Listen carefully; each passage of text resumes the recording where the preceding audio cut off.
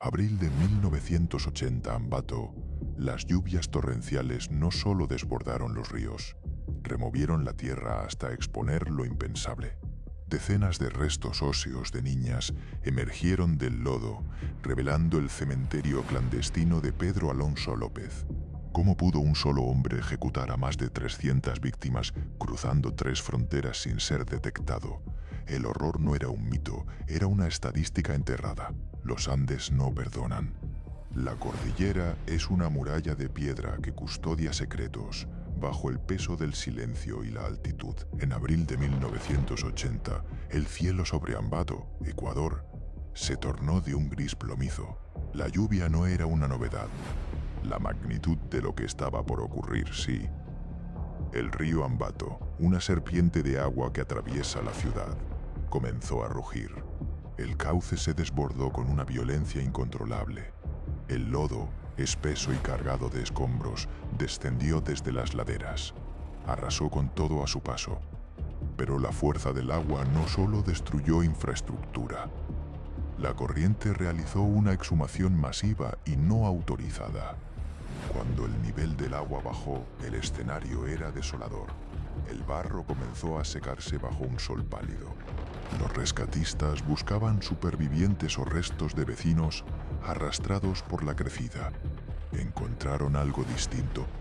Entre las raíces de los árboles y los sedimentos del río aparecieron restos óseos. Pequeños, demasiado pequeños. Eran falanges, cráneos infantiles, fragmentos de ropa desgarrada. La policía local no se enfrentaba a una tragedia natural aislada. Se enfrentaba a un cementerio oculto que la naturaleza decidió escupir. Las autoridades contaron un cuerpo, luego 5, luego 10. La cifra comenzó a escalar de forma alarmante. No eran víctimas de la inundación. Eran restos antiguos, enterrados con una frialdad milimétrica en fosas poco profundas que el agua simplemente lavó. La investigación forense determinó que todas eran niñas. De entre 8 y 12 años, nadie las había buscado con la urgencia necesaria. Eran las hijas de la periferia, vendedoras ambulantes, niñas que caminaban solas por los mercados de la sierra. La geografía andina, con sus pasos de montaña y sus fronteras porosas, se había convertido en el coto de caza de un depredador invisible. El rastro de sangre no se detenía en Ecuador. Las piezas del rompecabezas apuntaban a un hombre que se movía como una sombra entre Colombia, Perú y la nación ecuatoriana. Pedro Alonso López, un hombre de apariencia insignificante que aprovechaba la falta de control migratorio y la precariedad de las zonas rurales. El detenido no mostró remordimiento. En los interrogatorios su voz era plana. Monótona, describió cómo seleccionaba a sus víctimas en los parques, cómo las conducía a parajes aislados de la cordillera. Allí, donde el viento apaga los gritos, terminaba con sus vidas. La confesión fue un golpe seco para la opinión pública. López reclamó la autoría de más de 300 asesinatos, una cifra que desafiaba la lógica criminalística de la época. Los agentes lo llevaron a los lugares de los entierros. El hombre señalaba la tierra con una exactitud gélida. Aquí hay una, decía, y la pala confirmaba su palabra. El monstruo de los Andes no era un mito, era el resultado de un sistema que ignoró la desaparición sistemática de menores vulnerables. La riada de Ambato solo fue el catalizador. El agua desenterró la evidencia de una negligencia social y policial que permitió a un solo hombre sembrar de cadáveres la columna vertebral de Sudamérica. Hoy, el río Ambato sigue su curso. La cordillera permanece impasible. Pero el barro de aquella inundación dejó una mancha que ninguna lluvia ha podido borrar de la memoria criminal del continente. La evidencia estaba allí, bajo sus pies. Solo hacía falta que el cielo se rompiera para que la tierra decallara. La incredulidad fue la primera reacción de los investigadores. En las salas de interrogatorio de Ambato, los detectives escuchaban las cifras de Pedro Alonso López, con un escepticismo que rayaba en la negación. 300 asesinatos no eran una estadística, eran un genocidio cometido por una sola mano. Sin embargo, la frialdad con la que López describía la fisonomía de las víctimas, la ropa que vestían y el punto exacto de la presión en sus cuellos, obligó a las autoridades a cambiar de estrategia. Se organizaron las llamadas expediciones del horror. Bajo custodia militar y policial, López fue conducido de regreso a los desolados páramos y a las quebradas que rodean la ciudad. El asesino no necesitaba mapas. Guiaba a la comitiva con una memoria espacial aterradora, deteniéndose en puntos que para cualquier ojo humano eran simplemente tierra baldía. Eleven aquí, ordenaba, y la tierra, una vez más, cedía para revelar la tragedia. Los peritos forenses comenzaron a notar un patrón clínico. López no solo buscaba la vulnerabilidad socioeconómica, buscaba la indefensión absoluta. Sus víctimas eran niñas que en la estructura social de finales de los 70 eran prácticamente invisibles para el Estado. Sin registros de nacimiento en muchos casos, sus desapariciones nunca activaron alarmas nacionales. Eran las hijas de nadie. Mientras las excavaciones en Ecuador continuaban, la Interpol y las policías de Colombia y Perú empezaron a cruzar información. El rompecabezas de Sudamérica empezaba a encajar de forma macabra. En Colombia, el rastro de López se remontaba a su infancia en el Tolima, marcada por el abandono y la violencia sistemática. En Perú, los informes hablaban de una serie de desapariciones en Ayacucho y los alrededores de Lima que guardaban una similitud escalofriante con el modus operandi detectado en Ambato. El perfil psiquiátrico realizado en la prisión de García Moreno arrojó resultados que helaron la sangre de los criminólogos. López no presentaba los rasgos de un psicótico que ha perdido el contacto con la realidad. Era un psicópata altamente funcional, con una capacidad de manipulación que le permitía ganarse la confianza de las niñas en cuestión de minutos. Explicaba sus crímenes no como actos de pasión, sino como una misión de limpieza, una distorsión cognitiva alimentada por los abusos que él mismo sufrió en su juventud en las cárceles colombianas. Pero el verdadero nudo de la investigación no estaba solo en los cuerpos que aparecían, sino en el vacío legal que empezaba a rodear el caso. En 1980, la legislación ecuatoriana no contemplaba penas acumulativas por múltiples asesinatos. La condena máxima era de 16 años de prisión, independientemente de si el acusado había matado a una persona o a 300. Esta limitación jurídica generó una presión diplomática sin precedentes. Las autoridades peruanas y colombianas exigían acceso al detenido, temiendo que el monstruo de los Andes pudiera quedar en libertad antes de que se hiciera justicia por las víctimas de sus propias naciones. La investigación se transformó entonces en una carrera contra el tiempo y la burocracia. Mientras los forenses seguían desenterrando restos en los alrededores de la sierra, intentando poner nombre a los fragmentos de huesos que el barro de Ambato había expuesto ante el mundo. La atención se centró entonces en un punto crítico. ¿Cuántas niñas más descansaban bajo el suelo de los países vecinos? López, lejos de cerrarse, comenzó a dar detalles sobre cementerios similares en el norte de Perú, desafiando a los investigadores a encontrar lo que él llamaba su obra maestra. El mapa del horror se expandía y la magnitud de su sombra amenazaba con cubrir toda la región andina. La expedición hacia el sur no se hizo esperar. Ante la presión internacional y la escalofriante precisión de sus relatos, una comisión binacional trasladó a López hacia territorio peruano bajo un despliegue de seguridad pocas veces visto. El escenario se trasladó a las zonas áridas de Piura y a los alrededores de Ayacucho. Allí, el monstruo de los Andes repitió el ritual. Caminaba por el terreno con una calma que descolocaba a los oficiales. Cerraba los ojos por un instante y señalaba el suelo con el pie. En un solo sector de Perú, los investigadores desenterraron restos que correspondían a más de 50 niñas. El estado de los restos, reducidos en su mayoría a estructuras óseas debido a la acidez de la tierra y el paso del tiempo, hacía que la identificación fuera una tarea casi imposible para la tecnología forense de 1980. Sin pruebas de ADN disponibles, los peritos dependían de fragmentos de ropa, hilos de colores o pequeños amuletos que las víctimas llevaban consigo. Cada prenda recuperada se convertía en un grito silencioso que confirmaba que López no estaba exagerando para ganar notoriedad. Estaba confesando una realidad que superaba cualquier estadística criminal previa. En las entrevistas concedidas desde su celda, López comenzó a disfrutar de su estatus como el asesino más prolífico de la era moderna. Ante periodistas internacionales que llegaban a Quito atraídos por la magnitud del caso, el detenido hablaba de sus víctimas no como seres humanos, sino como eventos en una línea de tiempo personal. Su narrativa era de una frialdad técnica, describía cómo estudiaba los horarios de los mercados, cómo identificaba a las niñas que caminaban solas largas distancias para buscar agua o leña, y cómo utilizaba su apariencia inofensiva para romper la barrera del miedo.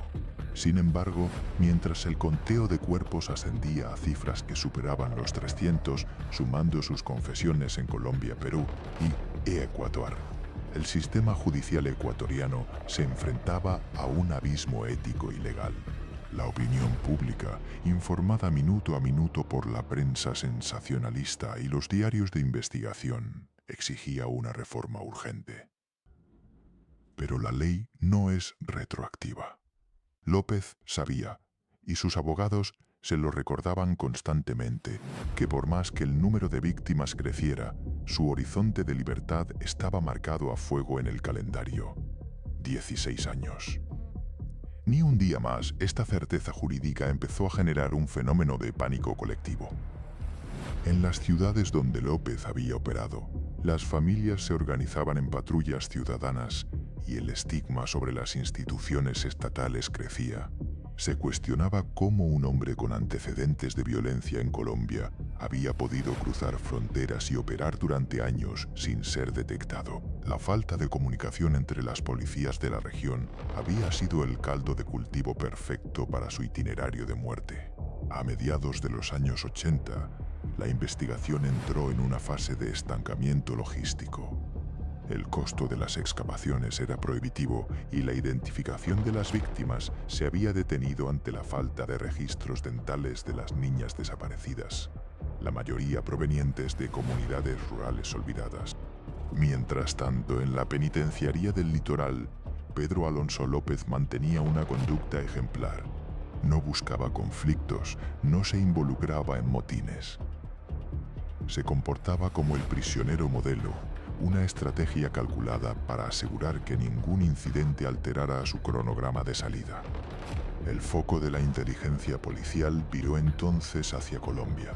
Si Ecuador y Perú ya habían entregado sus cuotas de horror, el rastro de López en su país natal era un agujero negro que amenazaba con arrojar cifras aún más devastadoras. Los registros en el Tolima y el Valle del Cauca empezaron a ser revisados bajo una nueva luz, buscando patrones de desapariciones que coincidieran con los periodos en los que el monstruo había estado en libertad en territorio colombiano antes de cruzar la frontera.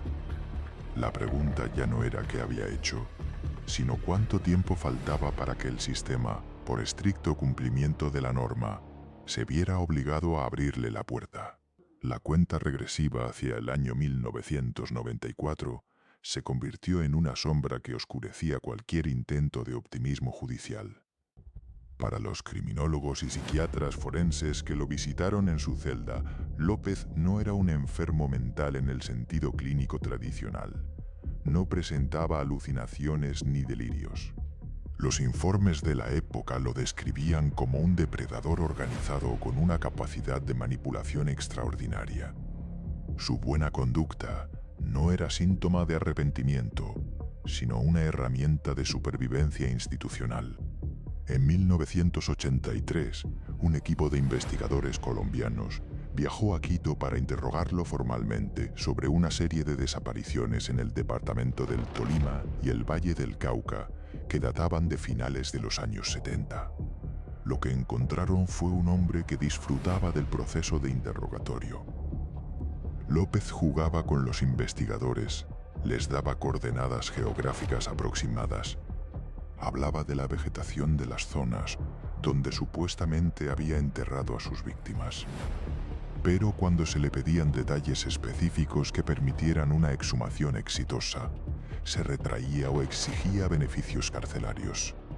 Este estira y afloja burocrático permitió que el tiempo siguiera corriendo a su favor. Mientras tanto, la Interpol empezó a circular su ficha técnica con una advertencia sin precedentes. El sujeto era propenso a la reincidencia inmediata si era puesto en libertad. El problema radicaba en que, bajo los tratados vigentes de extradición y las leyes de soberanía, Ecuador no podía retenerlo más allá de su sentencia una vez cumplida. Y Colombia aún no tenía un expediente judicial lo suficientemente sólido como para garantizar una cadena perpetua o una medida de seguridad permanente a su regreso. A finales de la década de los 80, un nuevo factor complicó la investigación. Los archivos policiales en varias zonas rurales de Colombia, donde López aseguraba haber cometido decenas de crímenes, habían sido destruidos o se habían perdido debido al conflicto interno y la precariedad administrativa. Sin cuerpos, sin registros de desaparición oficiales y solo con la palabra de un confeso asesino en serie, la justicia colombiana se encontraba en un callejón sin salida técnico. El monstruo lo sabía. En sus entrevistas, solía sonreír cuando se le mencionaba la dificultad de hallar pruebas en su país natal, sugiriendo que la naturaleza ya se había encargado de borrar sus huellas. La presión internacional creció cuando organizaciones de derechos humanos y colectivos de víctimas en Ecuador empezaron a presionar para que se realizara un examen psiquiátrico exhaustivo que lo declarara peligroso para la sociedad, buscando una figura legal que permitiera el internamiento preventivo indefinido. Sin embargo, la legislación ecuatoriana de aquel entonces era taxativa. Cumplida la pena, el reo debía ser liberado o, en su defecto, expulsado del país si era extranjero. En 1991, 3 años antes de la fecha marcada para su salida, se produjo un movimiento inesperado en el tablero. El gobierno colombiano, bajo una intensa presión mediática, reabrió formalmente varios casos de NNE, personas no identificadas, encontrados en fosas comunes años atrás, intentando vincular genéticamente con las incipientes técnicas de ADN de la época los restos con el rastro de López. La carrera contra el calendario judicial había entrado en su fase más crítica, mientras en la penitenciaría del Litoral, Pedro Alonso López seguía tachando los días con la parsimonia de quien se sabe dueño de su destino. El 31 de agosto de 1994, la tensión acumulada durante años en las oficinas gubernamentales de Quito y Bogotá alcanzó su punto de ruptura. A pesar de los esfuerzos diplomáticos y de las peticiones de las familias de las víctimas, la ley ecuatoriana se impuso con una frialdad matemática. Pedro Alonso López había cumplido 14 años de su condena original de 16. Gracias a una reducción de pena por buena conducta y su supuesta colaboración como tutor de otros reclusos, el hombre que había confesado el asesinato de más de 300 niñas y adolescentes caminaba hacia la salida de la penitenciaría del Litoral. El operativo de expulsión fue discreto, casi clandestino, para evitar el linchamiento público. Escoltado por agentes de la Interpol y la policía ecuatoriana, fue conducido hasta el puente de Rumichaca, la frontera natural que une a Ecuador con Colombia. Allí, en un trámite que duró apenas unos minutos, fue entregado a las autoridades colombianas. El monstruo de los Andes regresaba a su tierra natal, pero no como un ciudadano libre, sino como un enigma jurídico que el sistema penal colombiano no sabía cómo procesar. Al cruzar la frontera, la justicia de Colombia se enfrentó a una realidad técnica devastadora. La mayoría de los crímenes que López había confesado en territorio colombiano habían prescrito o carecían de un expediente judicial activo. Para evitar que desapareciera en las calles de Bogotá, la Fiscalía General de la Nación recurrió a una medida excepcional.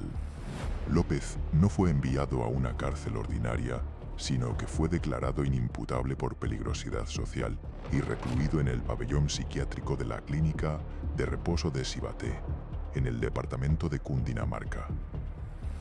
Durante su internamiento en Sivaté, López fue sometido a una nueva batería de pruebas clínicas. Los psiquiatras forenses se encontraron con un perfil desconcertante. No mostraba signos de psicosis, delirios o pérdida de contacto con la realidad. Por el contrario, su discurso era lúcido, calculador y carente de cualquier rastro de remordimiento. Los informes de la época lo describían como un psicópata puro, una estructura de personalidad que, según la ciencia médica de entonces, era virtualmente inalcanzable para la rehabilitación. Sin embargo, el vacío legal seguía ensanchándose. En Colombia, la figura del internamiento preventivo para personas con trastornos de personalidad tiene límites temporales estrictos si no hay una sentencia condenatoria de por medio. Mientras López permanecía bajo observación, un equipo especial de la Policía Judicial intentaba reconstruir, contrarreloj, al menos uno de los casos de desaparición en el Valle del Cauca para fundamentar un juicio penal formal. En 1998, tras 4 años de reclusión en el centro psiquiátrico, el equipo médico de Sivaté emitió un informe que cambiaría el curso de la historia. El documento sugería que el paciente había mostrado una evolución favorable y que bajo los parámetros legales vigentes no podía seguir retenido sin una orden judicial que justificara su privación de libertad. La noticia cayó como una losa sobre los investigadores. El sistema de salud mental estaba a punto de abrir la puerta que el sistema penal no había logrado cerrar. Aquel año, un juez de Cundinamarca recibió la solicitud de libertad.